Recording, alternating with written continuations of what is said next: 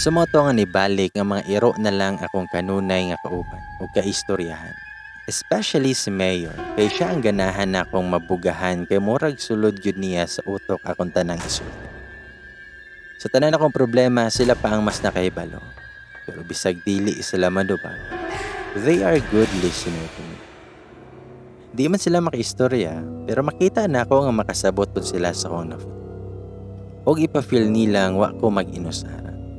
Mo nang I love dogs. Sumoto nga ni samot og gabisi pagod silang papa. Ako na lang yun permis sa balay, nga murag wa ko'y kauban nga pamilya. Pero naaday pud ko'y laing mga kauban. Di lang na ako makita. Nag-inusara ko nga mag-breakfast, lunch, ug dinner. Nanad ako sa una pa lang pero makahila ko usahay nga nakaingon ko kung makatrabaho na ko, ma-enjoy na ko sa life. Pero, maumanday gihapon nga inig-uli na ako. Walay pamilya nga nagpaabot. Nadugangan pa akong stress sa work. So I decided na to make close friends sa mong mga silingan. Na may mamaligya og mga street foods sa duol ra pod sa mong balay. Dito ko magtambay every Saturday and Sunday. O ako maglisod og approach kay tabian pod ang tendera. Then hangtod sa mutabang na lang pod kog baligya niya kada hapon aron malingaw ko. Kay daghan po siya customer og libriho na lang ko niya siyang baligya. Usahay na imuduol nga magpadungog-dungog og single pa ba daw ko. Mga tawa na lang ming ate kay basic appeal pod ko nga mahalin. Tigpalitan po si General so usahay magkaistorya min duha. Og nakakuha pa siya sa akong number. Kay in case of emergency daw. Nako'y laing matawagan niya silingan. Ilabinag ako lang usa kanunay. Kay na-close na ako si Ate Belen. Pabistahon ako siya usahay sa mong balay. Nahadlok pa siya kay dagko og daghan kog iro. Mao na nga sa kulungan kanunay silang mayor kung naa si Ate Belen. Pero nikalit na lang og ingon si ate nako nga magbantay daw ko kanunay og kanunay nga magampo. Ningon siya, na pagpanamin manggod nako sa inyo haday, unya nakita ka nako, wala kay ulo. Akong giingnan si Ate Belen nga basi nagbinuang ra siya. Pero niingon siya, nga ako nagbinuang tayo. Tinuod yun di ay nga naay lain aning balaya. Wala lang ko nakaingon day nimo kay na-shock ko. Lain man daw nang makita og ingana. Nangutan ako kung ngano man day. Ingon siya, nga tilimad-on daw na nga naay daotang mahitabo nimo. Pero basig na sayop lang ko. Kay medyo daot na pud akong mata. Pero maayo man ang mag-amping pud na. Sumoto nga gi-check dayon nako sa samin kung naa pa ba ko'y ulo. Pero, thanks God kaayo, kay naa pa man pod. Nahadlok pod ko sa gingon ni ate, so whole night nagbasa ra kog Bible. Kaya wa ko ni batig tulog, niabot na lang silang papa. Ipapapugkalit sa kong mind, what if mawala ko? Mingawon pod baka sila na ako. Mas taas pa siguro may time nga nag-uban sa akong mga ero compared nilang mama o papa. Lonely kaya akong life sa tinood lang. Na ako'y mga best friends pero pareho na nga naay pamilya. Sa workplace pod na ako, dili ko tig-uban silang mga lakaw. Gusto na lang kong magpuyo sa balay, kauban sa akong mga ero. Malipay pa siguro ko ug makita gyud nako ang laing nagpuyo sa balay namo. Makaibog lang nga bibo sila kanunay. Pay sa mga ingon sa mga silingan. Basin pwede nga makijoy na lang ko nila. Kung pwede lang. Sumoto nga gikan ko og work. Og mohapit man gyud ko ni Auntie Belen. Aron mos na kay librihon naman ko kanunay niya. Di siya gihatag nako nga mga bulak og teddy bear. Kay diha daw ni hatag nga para daw nako. Nangutana pa ko kung kinsay gahatag. Pero ningon si Ate Belen na dili daw siya magpaila. Secret admirer daw. Pero tigpalitan daw siya di adto ilahang ka Ate Belen. Nakapangutana pa ko kung anong di siya magpaila. Nitubag si Auntie Belena, kaila naman ni mo day. Ay ambot ako'y gikilig ninyon do. Gipagusto ko si Ate Belen pero di gid siya motugan. Mahibaw-an ra daw na nako pohon. Og pagka Saturday ato, wala na ko ipalagpas nga tibok hapon ko diha ni Auntie Belen. Aron mailhan nako kung kinsa ang ako ang secret admirer. Kada na mo palit nga medyo hitsuraan, tan-awon ako si ate og mo react ba pero wala. Og hantod nga nigawa si General silang balay og nipalit.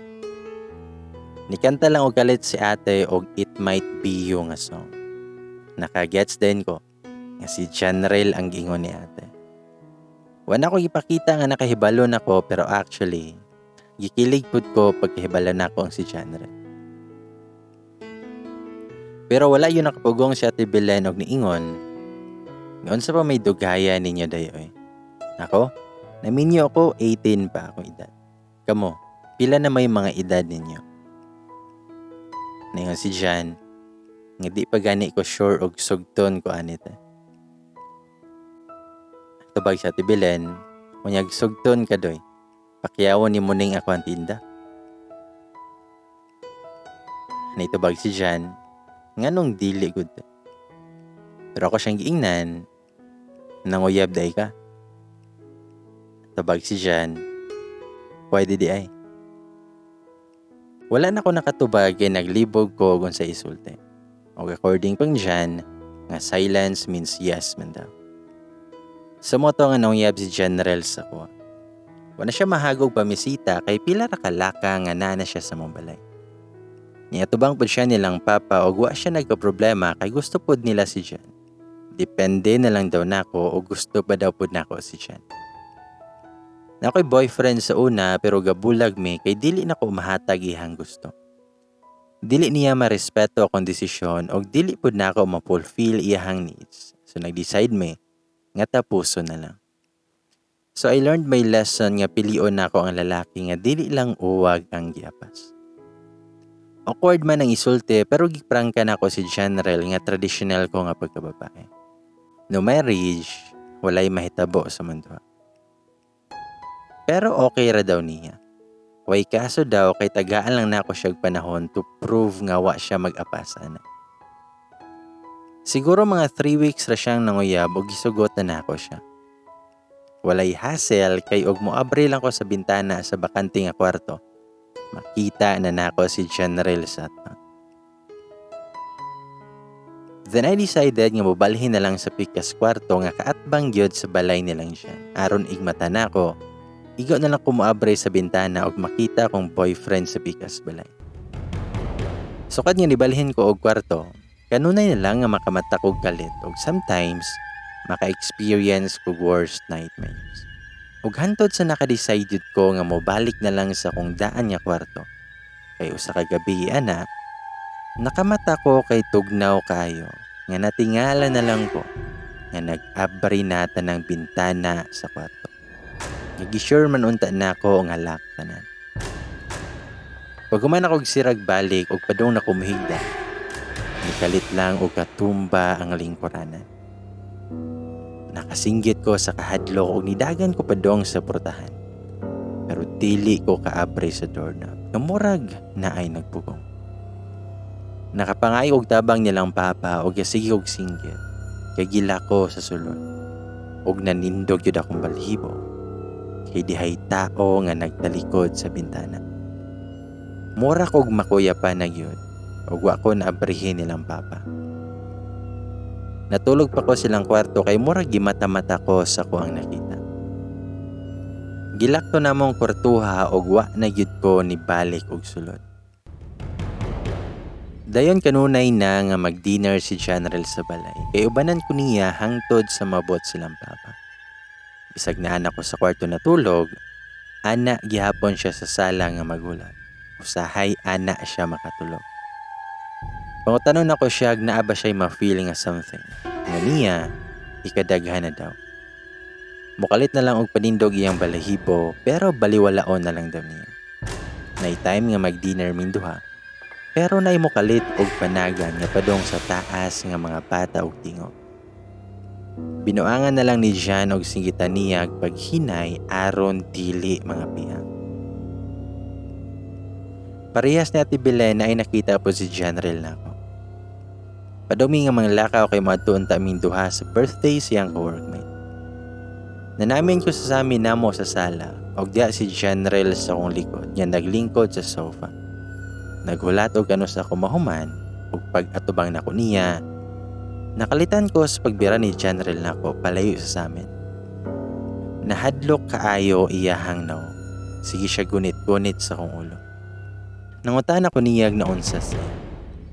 Nitubag si Jan nga ayaw na panamin ana. Ilabay na ninyong sa mina. Dili ta mo dayon karon og moadto tag simbahan staff. Niingon na sa Ate Belen ani nako ug ako na ang nakita ug dili ni nato ibaliwala na lang. Ako siyang giingnan, basig na sayop lang mo. Basig na alay hugaw ang samin. Giotro og patalikod ni Jan sa samin nga nag-atubang ko niya.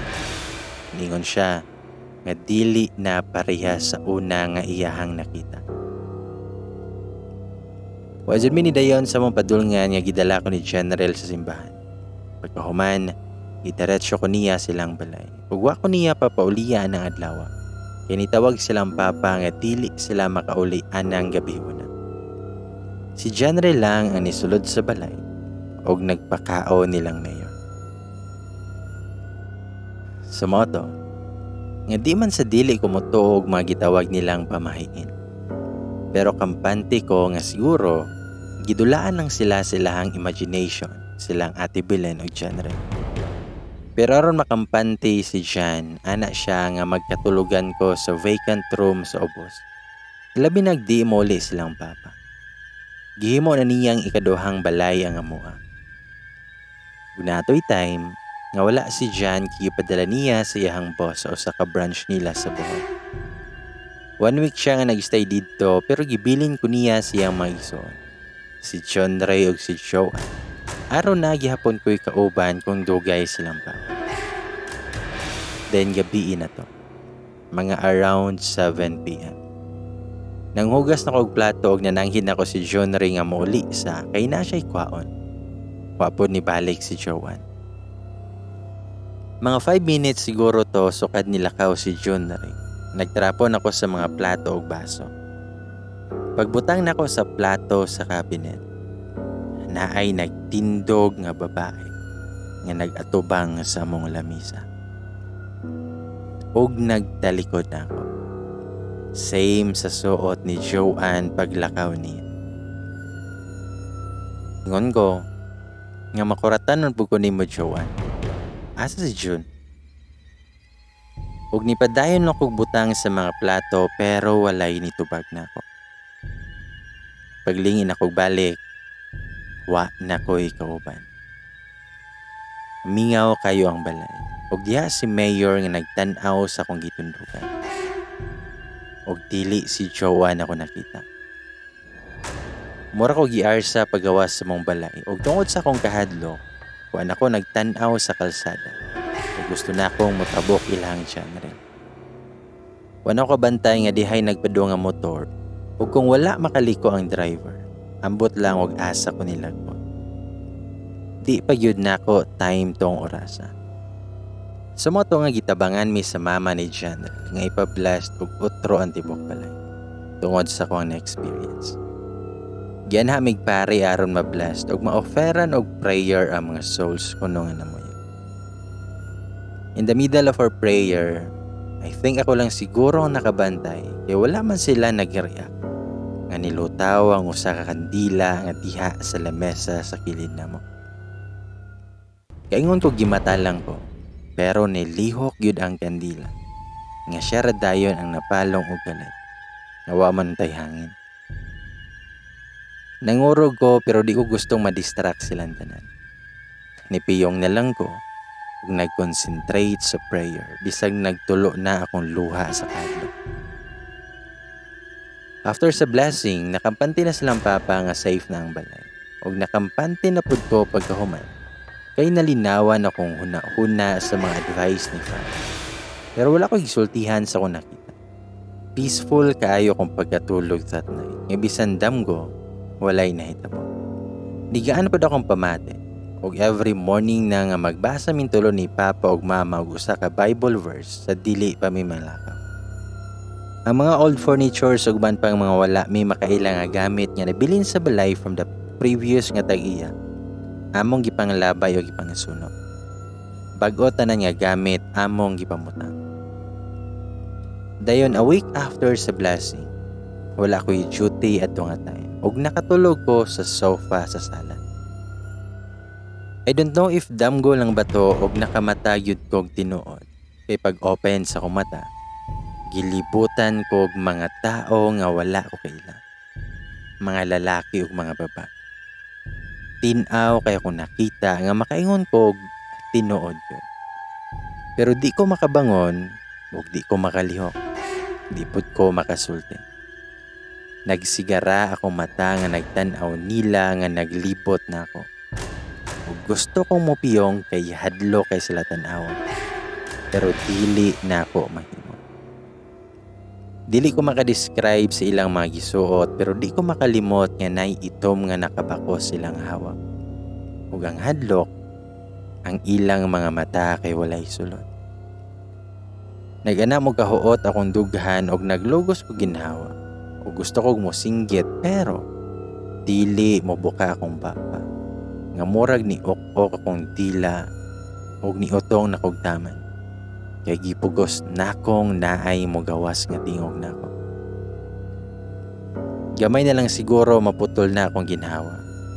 Pero murag gihulbot ang nakabara sa akong ginhawaan. Kay gikalit kog bangon ni Janrel. O giuyog o gisagpa pa ko niya. Kaya wala na ko nagtingog o nagsiga na lang daw ako mata. Pag-abot niya, nakaingon siya nagmata lang ko. Kaya nagbuka man ako mata. Pero pagtawag niya, di daw ko mutubag o pagtutok niya na ako. Wala na mamilok ako mata. Mao na nga nataranta siya o paggunit na ako nga nanggahi na o wa siya laing nahimo. Kundi nasagpa ko niya aron mo. Nihilak na lang ko pagkahuman kay grabe kaya akong kahadlok ug magsigig balik na ako ang ilahang mga porma, ang ilahang mga nawong nga walay mga mata. Bisan sa pagpiyong sila gihapon ako makita. After ato si General na ang suggest nga mangita miglaing balay kay basig unsa na say sunod mahitabo nako. Pero wala pa mosugot si Papa ani. Di daw mi ang kinahanglang manghawa ug ang mga nagpuyo sa balay ang dapat manghawa. Sa nibal-an ni Jan, he insisted yun nga adto na lang daw ko sila. Pero maulaw ko kayo sa iyang mama o papa.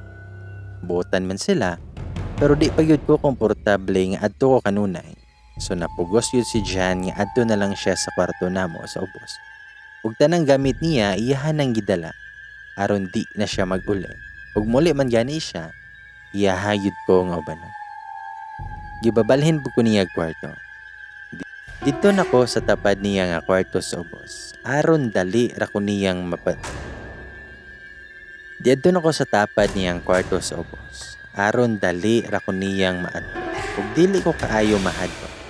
Pero sa kwarto nga ako nabalhinan, makadungog og babae nga magham.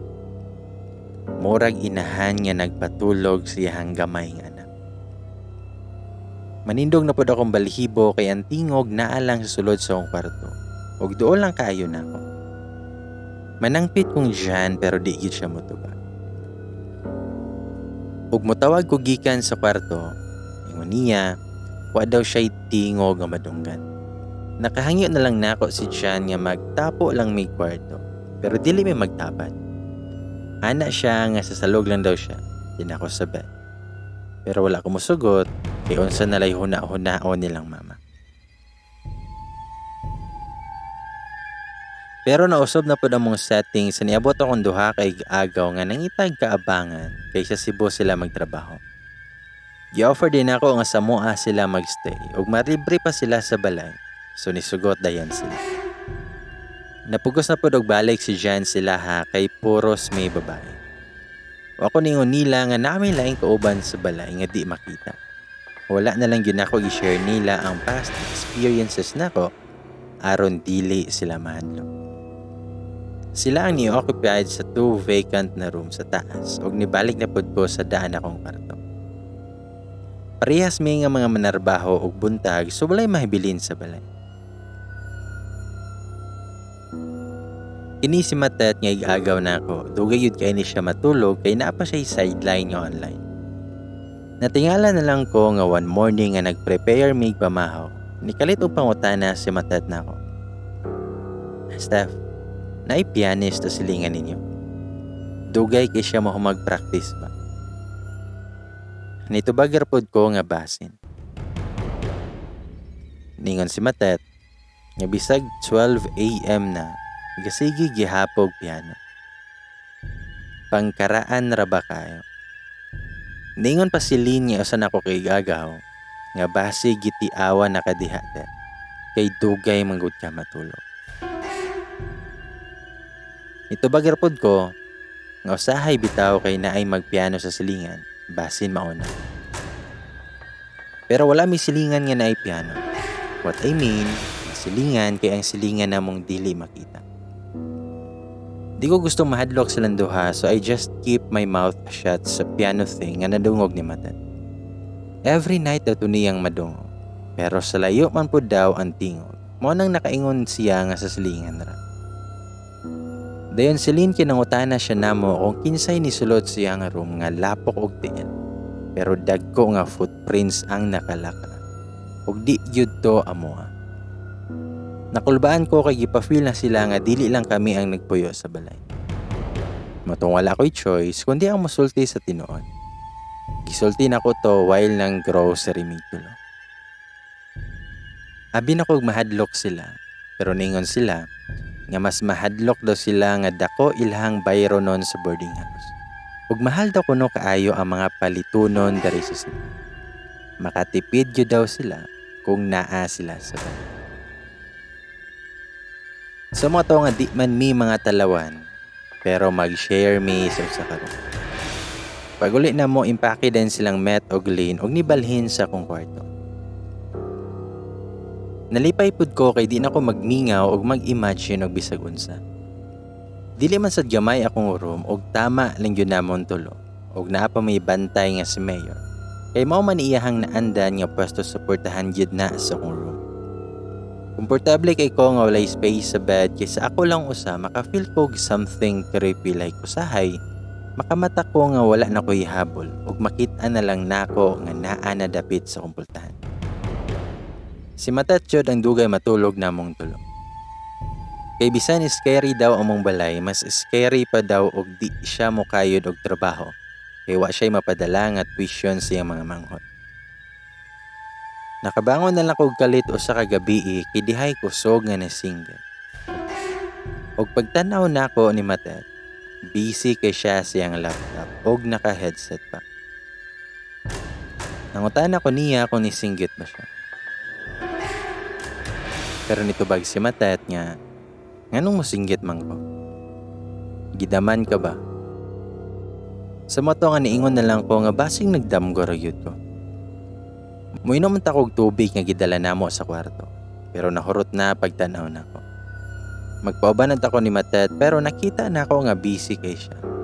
Sumotong ako na lang ang ninao. Pasigaon yun namo ang tibok balay the whole night. Pero natingala ko. Diha pa ko sa sala kay sa kusina nga part naka-lights off na.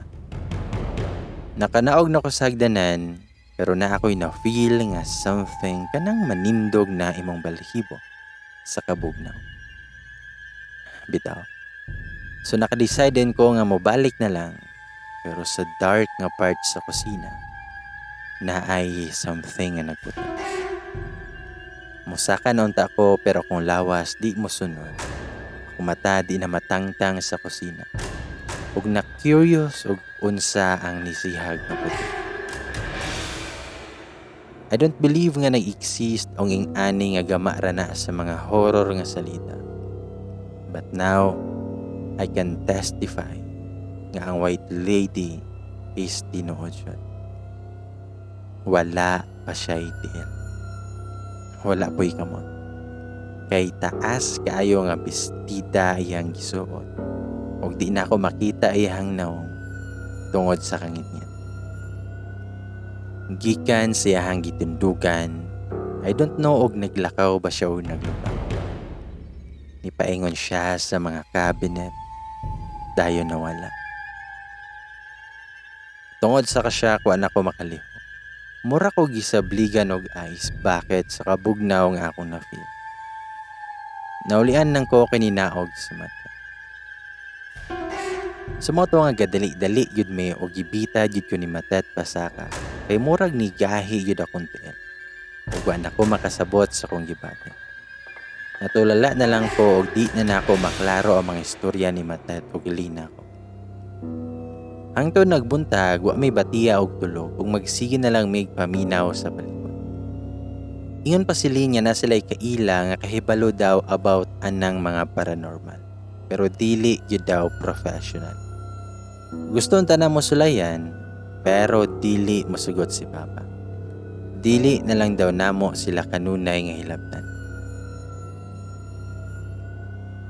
Og niingon pa si Papa nga nangita na daw siya laing balay nga among kabalhin. Niingon pa si Mama nga pwede daw kong mag-apartment, kauban akong mga igagaw. Okay raman daw sila ni Papa. Mag-pray lang daw gyud sila kanuna. Sa moto nga medyo na-relax ko, knowing nga temporary lang amo ang pagpuyok sa balay. I-consider na gini Papa nga kinahanglang mamalhin gyud mi. Pero ang mag-rent og apartment, di na ako mahimo. Kay aside sa mosamot og kalayo ko nilang Papa, malayo pud ko ni January. Determinado pud kong magstay na lang kay giunungan ko nilang mata. Di pud sila manghawa. Pero nagkasinabot yun mingilin og mata nga paadtoon namo sa balay katong kaila nila nga kahibalo about sa paranormal. Dili lang mi mananghid sa kong Papa ug among ingnon lang nga friend rato namo. Sa mo to nga nisugot jud ko sa ideya nila. Gipaanaha namo si Mina. Friendly siya og pretty pa jud.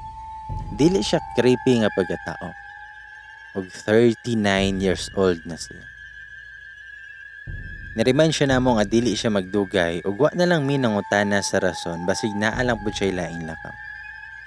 Diha pa mi sa gate og nag-atubang minduha, gigunita niya ako ang kamot. Ingon siya nga always pray lang kay duulunon ka kaayo ug ayaw kanunay pag-inusara ug ayaw palumos sa kaguol. Wala pa ganay siya makasulod na nindog na akong balihipo siyang gisulti.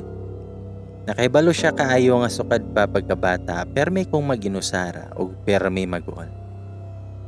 Si Matit og Lynn kinagtagsan og dala og rosary kay in case daw og naay magpakita.